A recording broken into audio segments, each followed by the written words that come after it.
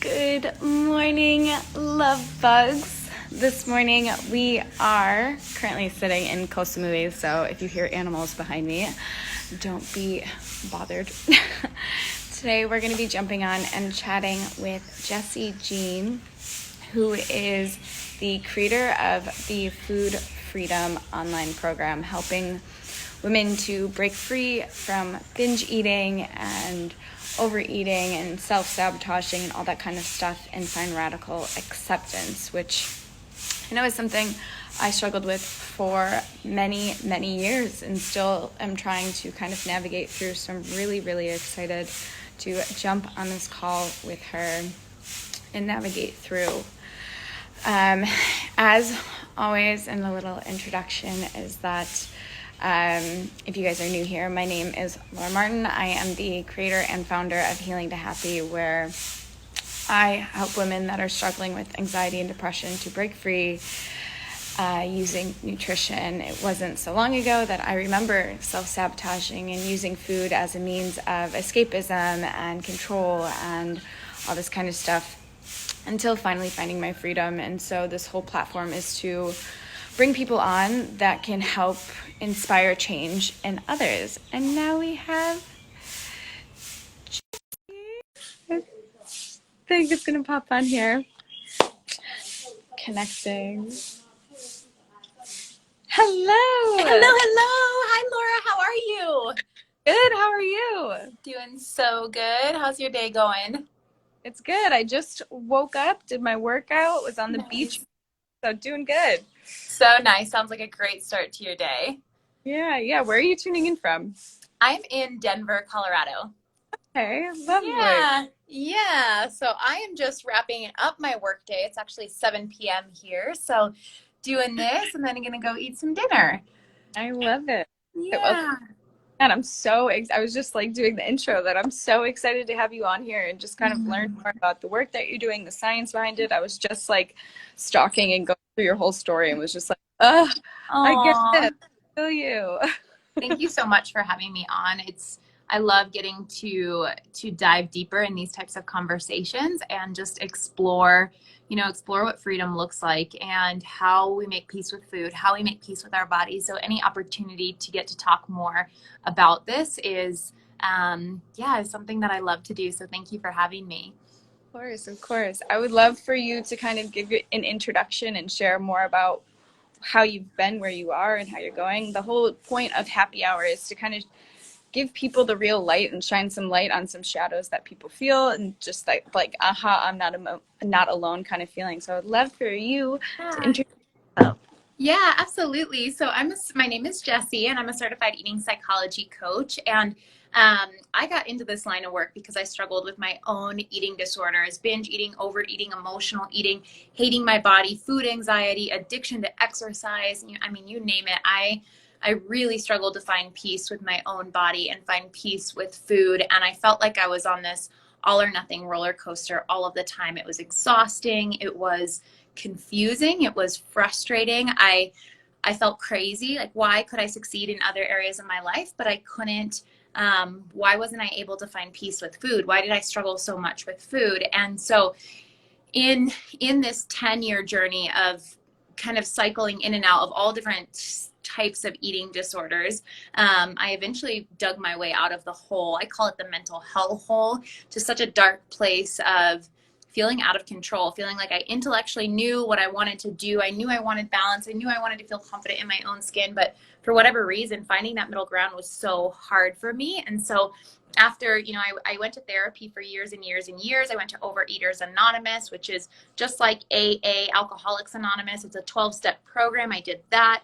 I was in and out of different recovery programs, tried all different types of things to find balance with food, all different types of diets. And eventually I stumbled on the understanding of the brain. And it was actually through a book called The Last Addiction by Sharon Hirsch. I was just reading about addiction in general. And I started to, when I was reading this book, I started to feel like, man, what they're talking about, even though it wasn't food addiction, it was all different types of addiction. What they're talking about is resonating really deeply with me. I think what I'm dealing with is some type of addictive behavior.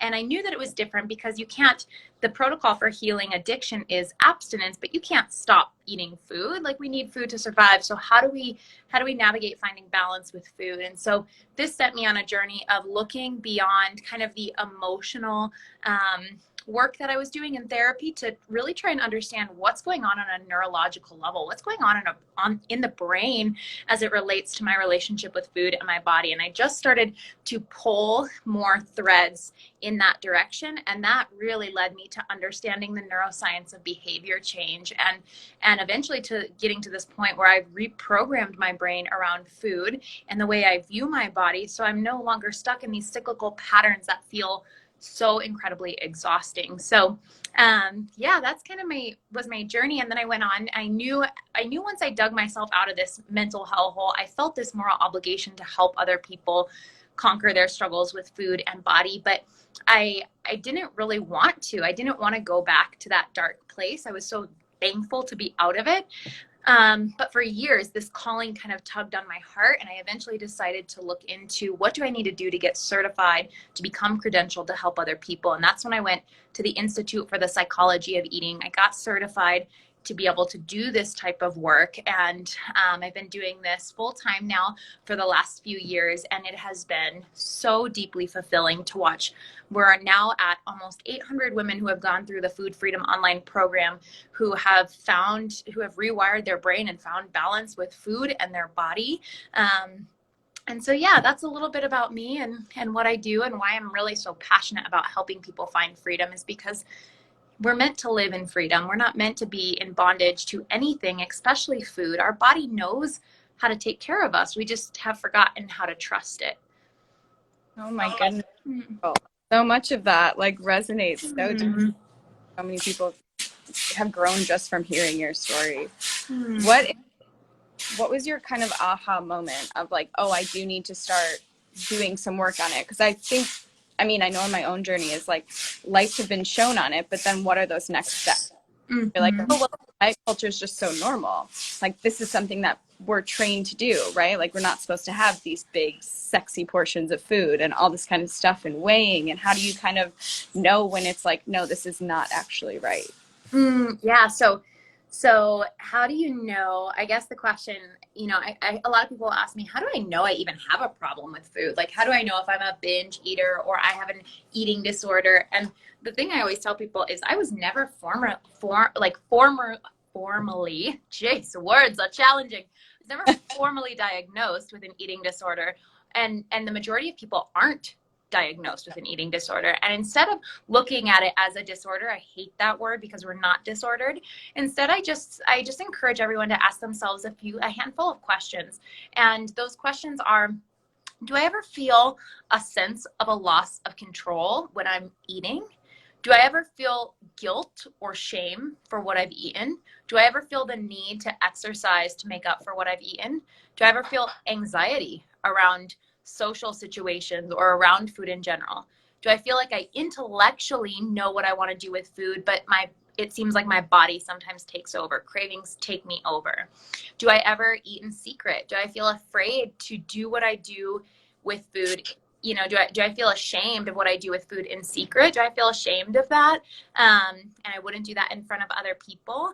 All of these types of behaviors, though they don't seem that bad on the surface, those are causing this internal pressure to build up in us. They're causing food anxiety and food fear, and they're creating this unhealthy internal environment that's propelling us to eventually snap and end up binging as a coping mechanism anyways. And I know the intention that I had was, I'm just trying to be balanced here, but my desire for balance turned into obsession and this white knuckle grip of control that I tried to have over food and over controlling my body size. And so if you can answer yes to any of those questions, if you feel guilt, if you feel shame, if you're a little bit embarrassed, if you do different things with food in secret than what you would do in front of people, if you feel sometimes like you use food to numb out, those are things that if you say yes to any of that, it's like there's massive opportunity for more freedom in your life. It's not that you're disordered. It's not that you're broken, although you might feel crazy. I remember I felt crazy, but there is a way to reprogram the brain so you don't function that way around food. That's a So what is the steps to kind of start reprogramming, like the science behind binge eating or emotional eating and all that kind of stuff? Yeah, great question. So where do we even begin? And the place that I encourage anybody and everybody who's struggling with their relationship with food or their relationship with body to begin at is just learning, just absorbing information, because it can be really scary to think of changing, especially when your diet has become your safety net, or a sense of security, or controlling your food intake has become, this thing that gives you a sense of security and safety and control. Just start exploring, start learning. That's the reason I started my podcast, the Dear Body podcast, was to encourage people to just start learning and exploring and opening your mind to a different possibility. And in this process of absorbing more information, there's a few things that I always point to that I think are great resources. In addition to obviously the podcast, I always point to Evelyn Tripoli's book on intuitive eating. I remember the first time I heard of intuitive eating and I learned what it meant, I laughed out loud. I thought, are you kidding me? There's no way I could listen to my body and not be able to deep in a tub of ice cream every night. There's no way. And it wasn't until I just started to learn and absorb more information and understood a little bit more how it worked, and then had the support, that I started to feel a little bit more confident that I could start taking the steps forward to pursue intuitive eating and pursue healing my relationship with food. But the very first place I would recommend starting is just absorbing some information and some knowledge, because there's so many different techniques and healing modalities that I teach the women inside the Food Freedom online program. And it's not in chronological order the way that these things work either. It's almost like when you're healing a unhealthy relationship with food, it's like putting together a puzzle. Some people, like, it makes sense to start with the border of the puzzle. Most people would do that because it kind of gives you an outline of where you're going, much like is the course. There's an outline of where you're going, but everybody's going to start to put the puzzle pieces together in a different order in terms of where they're at in their own journey with food and body. And so I teach a whole bunch of different healing modalities and healing techniques, and they're really important. And some of the techniques are going to be more important for people who have a different relationship with food. Some people feel these intense impulses to binge eat. Some don't. They just experience a lot of food anxiety, and they're more dealing with overeating, or they're dealing with perfect eating, but there's tons of anxiety behind it.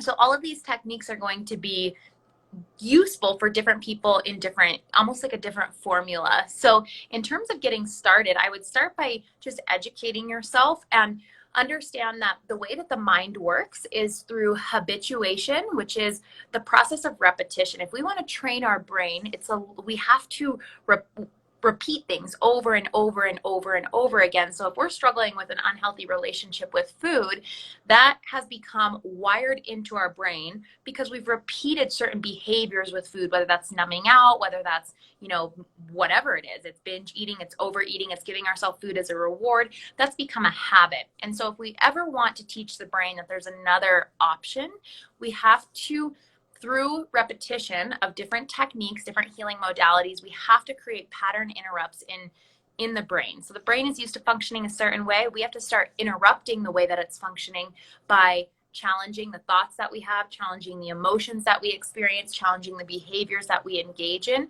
and creating, like I said, a pattern interrupt. And we can do that through a number of different healing techniques. But once you start creating that pattern interrupt and you repeat something over and over and over again, it starts to program a new neural pathway in the brain. And that's how the brain works. And so the reason many people give up in their healing journey with food and body is because they don't repeat the things they need to repeat frequently enough. And so it's just frustrating. And that's why we need a ton of accountability and support so that we can program in these new behaviors through a lot of repetition of certain healing techniques. But again, the first place to start is just start wrapping your head around the potential that there's a different way to do things with food and body. And the thing that I always want to reiterate to people listening is that for so long, I refrained from healing my relationship with food because I was afraid that I couldn't also feel good in my own skin. And what I want to say is you can have confidence in your own body and an easy effortless relationship with food. There's a lot of mental reprogramming that has to happen, but it is worth all of the time and effort required to get to what I call the mountaintop, a place where you feel amazing in your own skin, and food's easy. It doesn't take up so much mental real estate. Isn't that that's the goal at the end of the day? Yeah, absolutely. How is it if was your journey of going, because I know you did the whole competitions and you had like the six packs in the body and all that kind of stuff. So for you, finding that food freedom and the body positivity as your body evolved, how was that whole process? Because I know so many women that need that. They need, okay, so but like, how do I step away from the six pack being sexy and all that kind of stuff, and really finding that body love and that radical as that shift happens? Yeah. Yeah, it was hard for sure. I'm not going to lie. When you see your body at a completely different size and weight and shape and form, and then you start to gain weight and your body starts to change, and I went from being obsessed with exercise to learning to find my balance. It was, for sure, it was scary. But I think what helped me was I kept thinking about, if I were to die tomorrow, what are people going to say at my funeral? Are they going to talk about the six pack abs and, the definition in my legs? Or are they going to talk about the way that I made them feel? And the reality at that point in my life was I had very little time for anybody or anything else that didn't include my competing, my working out, my meal prepping. If you weren't involved in that in one way or another, I just didn't have much time. It consumed so much of me to look a certain way and keep up with a certain standard. And again, it was like, I don't want this to be my legacy. I don't want to get to the end of my life and all I was known for was my obsession with the way that I looked. I want to reevaluate my priorities. And sure, I want to have a healthy body. I want to feel good in my own skin. But am I going to forfeit time with my loved ones? Am I going to sacrifice some of the most, important moments in my life to be a certain shape and size? And I started to have to make peace with, what are my values? What do I value most? And it's really easy. We can say what we value, but all you have to do to audit your values is look at your calendar and your bank account. Where you spend your time and where you spend your money is the truth of what are your true values and priorities. And so it's like, when we look at that, for me, was that in alignment with what I said were my priorities, my faith, my family, my relationships? Probably not. Like, all of my time and energy was going to looking a certain way. And so I had to cope with this, and I had to start to make peace with, am I going to be okay with my body changing, knowing that I'm living in alignment with my priorities? And where does health and fitness fall into that? It's still important to me, but not at this level, not at the level my family is, not at the level not at the level my faith is. So I have to start kind of calibrating my priorities. And in doing so, that's helped me make a lot of peace with, what, maybe I do have fitness goals, but the cost to achieve those is too high. I'm not willing to pay that because my time is allotted to other things. So if I only have 30 minutes a few days a week, well, that's going to have to be okay. And I'm going to try and make as most efficient use of my time there, but I'm not willing to sacrifice more for that anymore. Yeah. That's like the thing is, when you get eating disorders, even though it's not malicious or anything like that, or disordered eating, it's a selfish disease, right? I mean, any addiction, anything like that, it's a selfish, because it's all you think about. You don't have enough energy to actually take others into consideration. And it's not in a malicious way. It's your brain is literally to that dopamine hit that you're getting from all this kind of stuff of external value. Yep, 100%. And I think we often think that investing in our healing, investing in self-care is selfish. And it's actually the least selfish thing that we can do, because if we can show up fully, wholly, as we are meant to be, living out our fullest potential, it's like, that's what the world needs. That's what our family needs. That's what our friends need. They don't need us stretching ourselves thin and running around exhausted, stuck in these cyclical addictive patterns, trying to show up. They need us to live out, like the world needs us to live out our fullest and highest potential. And it's scary to do that when it comes to investing in our healing and investing in our health. But you're right, addiction is selfish and healing is truly selfless. Yeah. And so Mm-hmm. how was it for you to kind of sit with that and like step into going to like Overeating Anonymous and all that kind of stuff? What was that safe point? Because I know so many women, they want to do that, but that, I mean, myself, like walking into those 12-step meetings was, I remember before I even went, like sitting outside the door crying. I was like, I can't go in. I can't actually make this real and all that kind of stuff. So what kind of advice would you have for someone that's in that moment? Yeah, totally. So if you're in the place with your relationship with food where you are terrified to take action because you feel like maybe you're admitting that it's real or admitting that you need help, this is a thing that I want to say is one of the most brave and courageous things you could ever do is lean in and take full ownership over the reality of your life. You do not have to say, and I know that Overeaters Anonymous and Alcoholics Anonymous have helped many people. Personally, I am not. I'm not a fan, and there's reasons why based on the latest, research in terms of how our brain changes, and I'm not one to want to repeat, like they do in Alcoholics Anonymous. I am an alcoholic. My life has become unmanageable. We did the same thing in Overeaters Anonymous. I am not a believer in declaring the thing over your life or identifying with the thing that you don't want. But nonetheless, I know it's well intentioned, and the thing that I would say is when we take ownership over the things that we are experiencing, we don't have to identify with them. So instead of saying, yes, I'm admitting that I'm a binge eater, I'm admitting that I have an eating disorder, instead can we say, first, I'm not disordered and I'm not admitting weakness. I'm coming into extreme ownership, realizing that I am experiencing behaviors and tendencies in my relationship with food and my body that are unhelpful, they're unsupportive, and they're not taking me to where I want. They're causing anxiety, they're causing fear, they're causing shame. And so can I take ownership that that is what's happening in my life? If we live in denial, we're not going to heal. And so can I take ownership over it so that I can start tackling it instead of ignoring the reality and hoping that it goes away, because it won't. Time does not heal all wounds. That's the furthest thing from the truth. If we can take affirmative action and be convicted in our healing journey, man, will we experience the breakthrough that we're looking for. And for me, I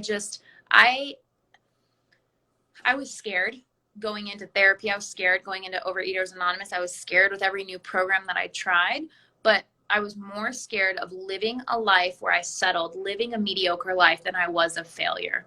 And so I would encourage anyone who's struggling to recognize failure is one of the biggest pieces to success. It's part of the success equation. So there's no need to fear failure at all. Like, just get used to it. If you want to be a success, get used to failure, because it's going to teach you the things that having a smooth road never will. And I always remember too, the people that I look up to most have failed more times than I have even tried. And so I just was so afraid of living a mediocre life that I risked feeling stupid or feeling like a failure again, or whatever it was, to go put myself in these types of situations to try and figure a way out.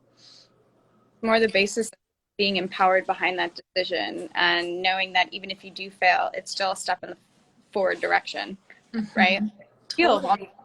Vulnerability is scary and it's like something you want to avoid at all costs, but that's the whole reason of why you're either stopping yourself or controlling it. It's the underroot insecurities that's within that. So if you can open yourself up and actually press forward, that's when magic happens. Totally, absolutely. And I'm sure, anything that I'm sure either of us have accomplished, there's been so much of that process that has been failure. And once you fail enough, I personally think it becomes a lot less scary. And a lot of times I think we resist playing full out, because if we played full out and we failed, man, we're really the failure. Instead, a lot of us, what we'll do is we won't play full out in our lives, because if it fails, well, I wasn't trying my hardest. And this is, again, what I have to say to those who maybe are stuck in that mindset is nobody will ever point a finger. I think Brene Brown is the one who talks about this. Nobody will ever point a finger who's also in the arena of life with you playing full out. And so the only people that are pointing fingers and are making you feel stupid are the ones that are sitting on the sidelines. So keep doing you, keep playing full out, and don't be afraid to fail. Don't be afraid to fail in front of people. Embrace relentlessness. And that's just a motto I have, is that I will be relentless, and I will prevail because of that. And that's the beauty of it. And that's, I mean, that's why community during these times is so important, right? And that's why the whole course that you have out there and the community that you're building, all that kind of stuff, the part, because you sit there and you look and you're like, oh, I'm not alone in this. And I think so many of us in our own brain, and like, so I work with women with depression and anxiety and using nutrition. So it's a lot of people just kind of think and stew and sit in their own worries and all that kind of stuff. You're in a room and you're like, oh, me too. Yeah.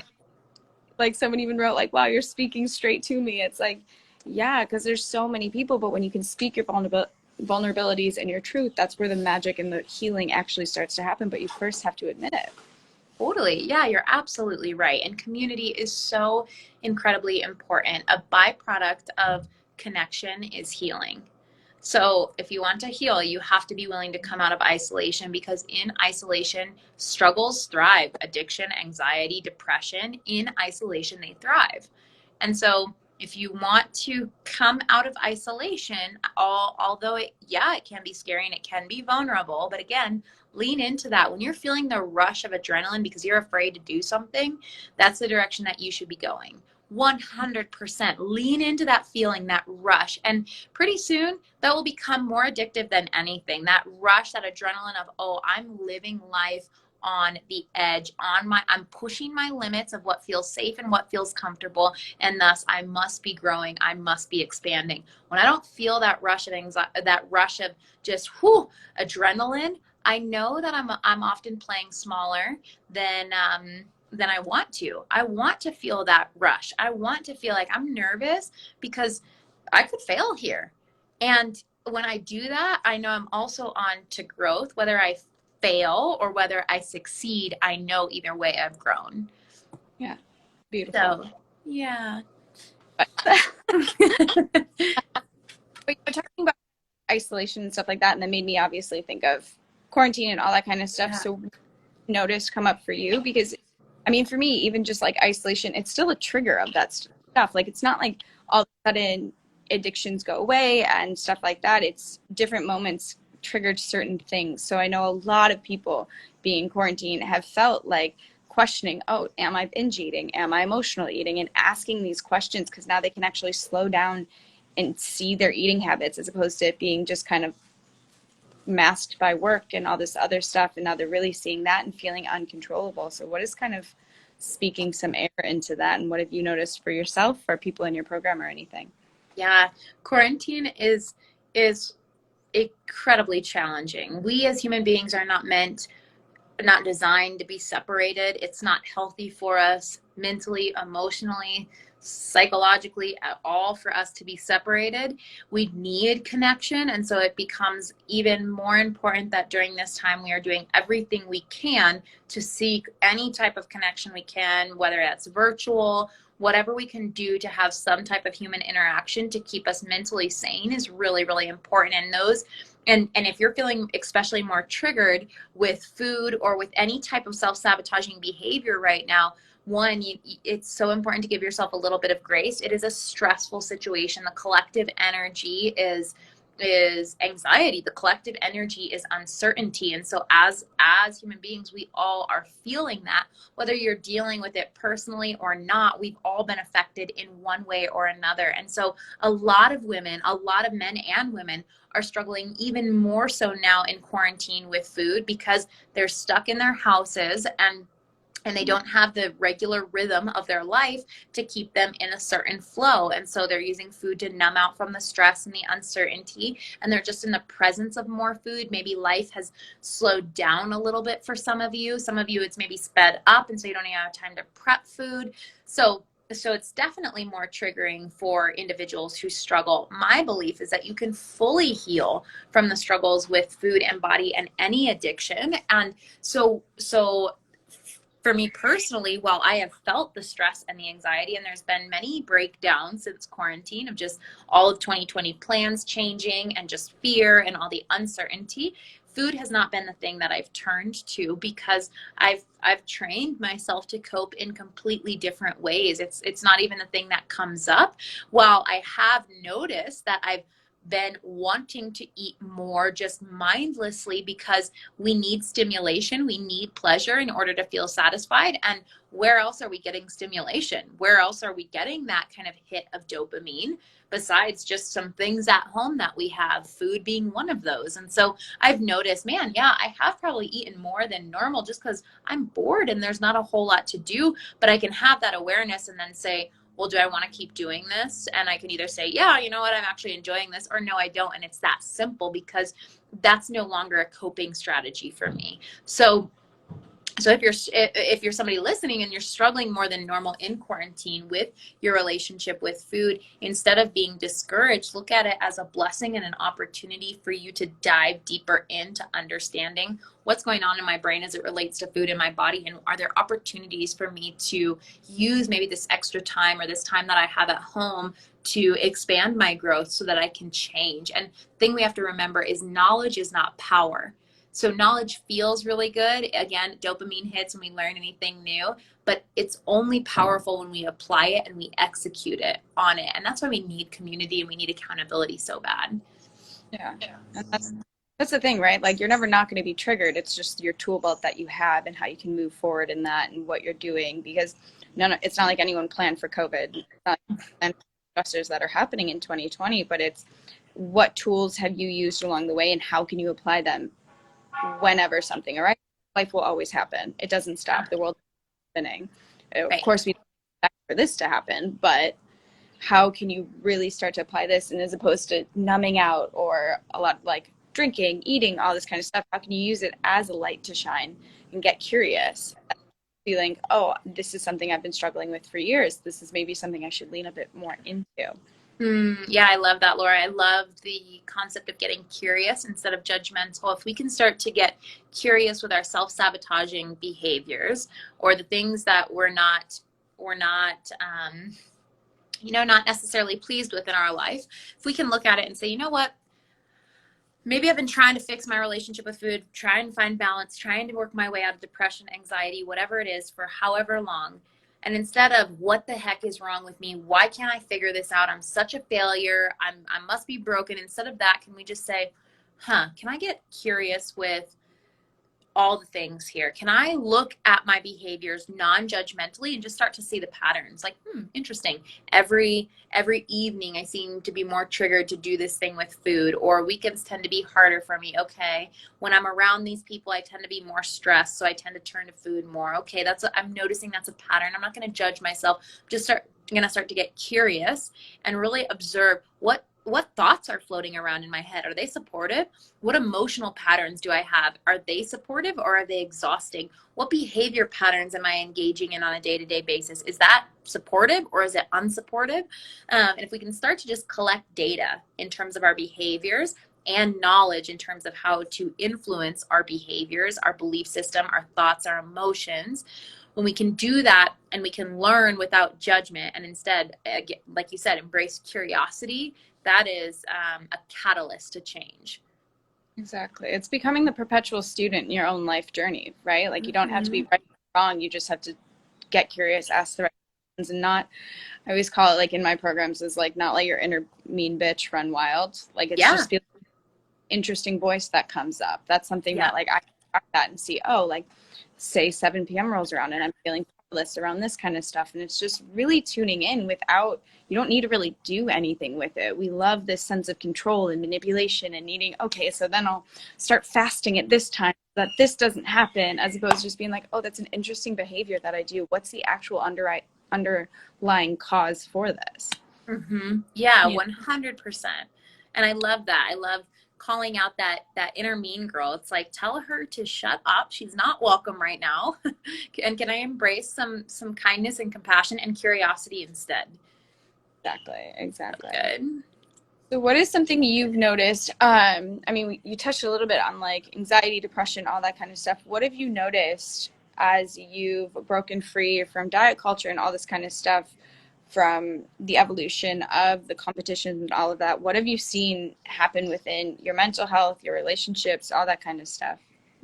Yeah, I think there's been so many breakthroughs. There's been so many levels of freedom that I have experienced. Freedom from always wondering what other people are thinking about me.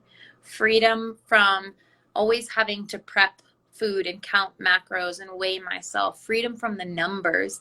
Freedom to be able to have spontaneous date nights. Freedom to be able to travel without worrying about, am I going to have the F it mentality and just go rogue on my trip and come back, X many pounds heavier. Freedom from the anxiety over working out and getting dressed in the morning and going out. Just freedom to live and to experience life in my body instead of constantly worrying about what this body looks like. I just get to exist in it, and I get to experience life in it. And it has been so liberating, so freeing to be able to be fully present, to not worry about, oh my gosh, I can't be a mom one day because I'm so afraid that I might pass down these behaviors to my future children. There's an ease, there's mental energy that has been regained. I have the capacity to dream big and to not have that overcrowded by all of the fear and worry about my body or about what I'm doing with food at the next meal. It's like I'm able to just exist and experience life, and I have so much more mental real estate to give to things that are important because I'm no longer constantly either in the forefront or the back of my mind thinking about food and my weight. Amazing. And that's what you mountaintop moment, eh? Yes, that's what I call them, mountaintop living.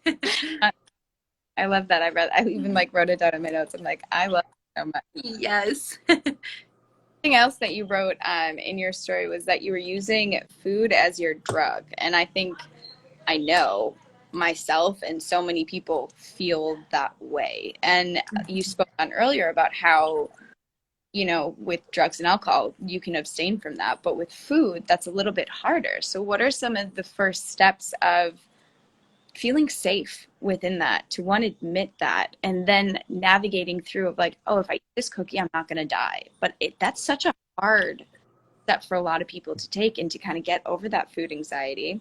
And so it gets new restrictions kind of stuff. So how did you navigate that one?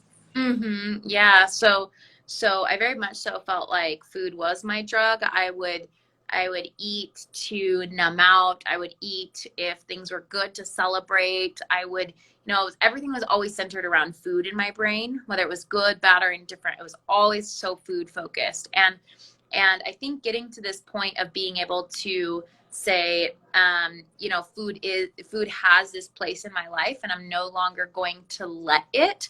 Again, I think it goes back to, if we want to change, we have to take ownership over our reality. We're not going to change by denying what we're experiencing. And so instead of being ashamed, if we can say, you know what, no, I'm going to take extreme ownership. I'm not going to identify as a binge eater or having an eating disorder, but I am going to own the fact that there's stuff in my relationship with food that is unhealthy, that doesn't feel good, that's causing me a lot of anxiety. I'm experiencing something I don't want to in my relationship with food in my body. And so I'm going to change it. I think with that mentality that I don't have to identify as this thing, that was the hard thing for me, is that everywhere I went, it was like, do you have an eating disorder or not? And it seemed like such a, it was like, it just felt like I felt so small saying I'm a binge eater, or I'm an overeater, or I'm an emotional eater. It was so embarrassing. And this is the thing that we need to not identify as those things. We are not those things. And so if you can say, no, I can take ownership over the fact I'm doing some weird ass shit in my relationship with food, and it doesn't feel good, but I'm not going to claim this identity of a binge eater or an eating disorder. I think for me, that was just a liberating way to look at things, to say, yeah, I'm experiencing this thing. I am not this thing. Also, it's so important how we label ourselves. Are we labeling ourselves as, I am anxious, I am depressed, I am this, I am that, or I am experiencing anxiety. I'm experiencing depression. We can experience things without identifying with them, because that's truly not the core of who we are. We are not anxious. We are not depressed at the core of who we are. We're not disordered at the core of who we are. We might experience some of those things in our life that we need to work through, but we don't have to identify with them. And I think that was the powerful thing for me was, you know what? I'm not going to identify with this. I'm going to start claiming the reality that I want. I am free. I am more than my body. I am more than what I'm experiencing right now. I have a purpose. I have meaning, and I better be relentless in figuring this thing out, because my life has so much more in store for me. Exactly. It's the power of the words.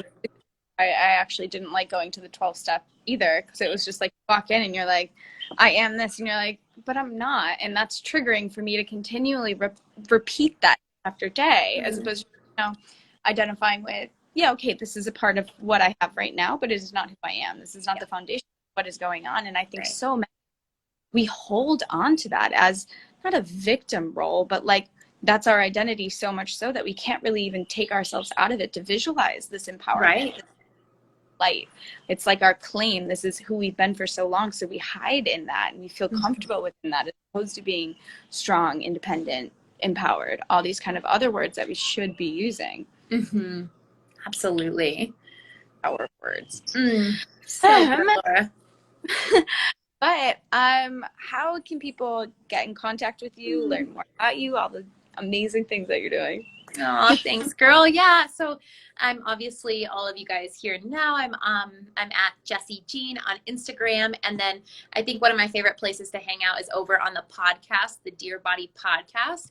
I just drop all of there. I don't withhold anything on the podcast. I just share my heart. I share, tangible tips and strategies for navigating our way through various situations and out of an unhealthy relationship with food. I have multiple interviews on the podcast that start with the title Her Story, and they're all different stories of women who have conquered their unhealthy relationship with food and their body, all different women from all different backgrounds and walks of life. And so if you're really struggling with the belief that maybe it's not possible for me, I would encourage you to listen to those episodes. I think they would be very helpful. Incredible. And that's incredible. Storytelling and to be able to identify and notice that they're not alone is where the magic truly. Totally. Laura, thank you so much for having me on and just jamming out with me. This has been super fun. Thank you. I have 3 questions that I always end with. Okay. So what does happy mean to you? Happy means free. Freedom is my top value in life, and in all things, freedom of mind, freedom from bondage, just freedom in general, freedom to feel fully me, fully alive. So happiness for me is freedom. What are 3 words that you would give to your younger self? 3 words.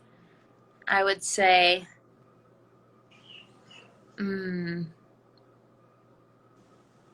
would probably tell her never quit trying. That's so cool. But she already knew that because she didn't quit. But I would just remind her, because she had many breakdowns along the way. Breakdowns are allowed, quitting's not. Oh, that's beautiful. And then you would use to describe your present moment right now. What'd you say? One word I would use to describe my present moment?